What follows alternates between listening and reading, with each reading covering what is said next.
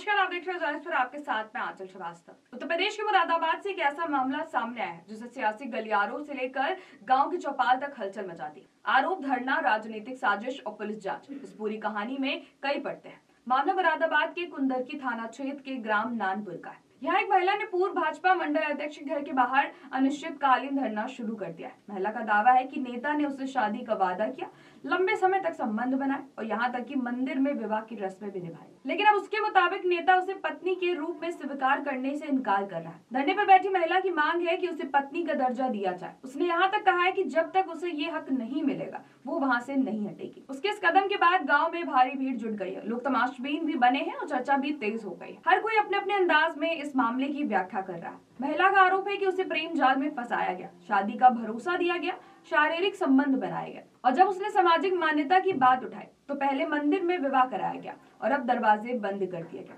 महिला का कहना है कि उसे घर में प्रवेश तक नहीं करने दिया जा रहा है। दूसरी ओर नेता के समर्थकों का कहना बिल्कुल अलग है। उनका दावा है कि ये पूरा मामला एक राजनीतिक साजिश है। उनका कहना है कि पूर्व मंडल अध्यक्ष की छवि खराब करने के लिए ये षड्यंत्र रचा गया है। समर्थक कैमरे के सामने आने से बचते रहे, लेकिन उन्होंने आरोप को सिरे से खारिज किया है। घटना की सूचना मिलते ही स्थानीय पुलिस मौके पर पहुंची। कुंदरकी थाना पुलिस ने महिला को समझाने की कोशिश की। अधिकारियों ने उसे भरोसा दिलाया कि मामले की निष्पक्ष जांच की जाएगी और जो भी कानूनी कार्रवाई बनती है वो की जाएगी, लेकिन महिला अपनी मांग पर अडिग रही। तो आइए आपको दिखाते कि महिला ने क्या कुछ कहा।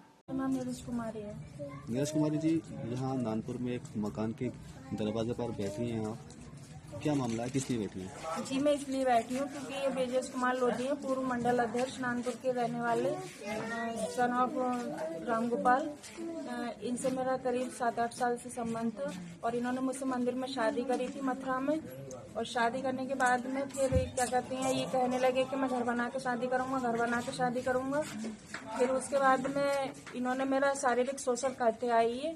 अपने घर पे भी लाके कई बार करा इन्होंने शारीरिक शोषण और मेरे घर पे भी पहुंच के करा कई बार। एक बार मेरी शादी यहाँ पे नानपुर पे तय हुई थी तो वहां से मेरी शादी तुड़वाई थी, उसके घर जाके पैसे लेके आए थे।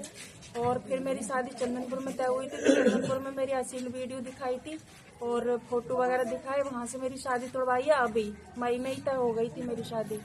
फिर मैंने इन पर केस भी करा था। फिर बोले केस मत कर, मैं शादी कर लूंगा।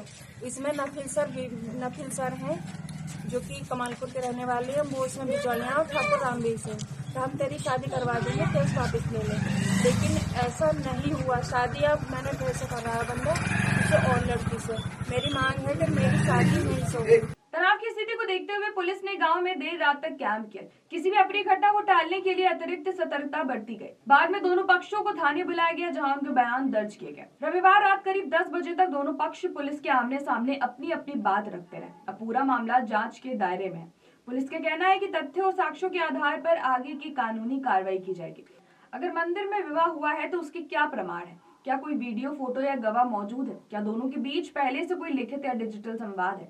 इन सभी पहलुओं की जांच की जा रही। ये मामला सिर्फ एक व्यक्तिगत विवाद का नहीं रह गया। इसमें सामाजिक प्रतिष्ठा, राजनीतिक छवि और कानूनी अधिकार तीनों जुड़े हुए हैं। अगर महिला के आरोप सही पाए जाते हैं तो ये गंभीर आपराधिक मामला बन सकता है और अगर आरोप झूठे साबित होते हैं तो ये मानहानि और राजनीतिक षड्यंत्र का विषय बन सकता है। गांव के लोगों को भी बंटवारा दिख रहा है। कुछ लोग महिला के समर्थन में हैं तो कुछ नेता के साथ खड़े नजर आ रहे हैं, लेकिन सच्चाई क्या है ये जांच के बाद ही स्पष्ट होगा। इस घटना ने एक बार फिर सवाल खड़ा कर दिया है कि निजी संबंध जब सार्वजनिक विवाद बन जाते हैं तो कानून और समाज की भूमिका क्या होनी चाहिए? क्या ऐसे मामलों में सामाजिक दबाव समाधान है या केवल कानूनी प्रक्रिया ही रास्ता दिखा सकती है? फिलहाल महिला धरने पर बैठी, पुलिस जांच में जुटी है और राजनीतिक बयानबाजी अपने चरम पर है। आने वाले दिनों में साफ होगा कि ये प्रेम, वादा और विश्वास का मामला है या फिर सियासी साजिश का नया अध्याय।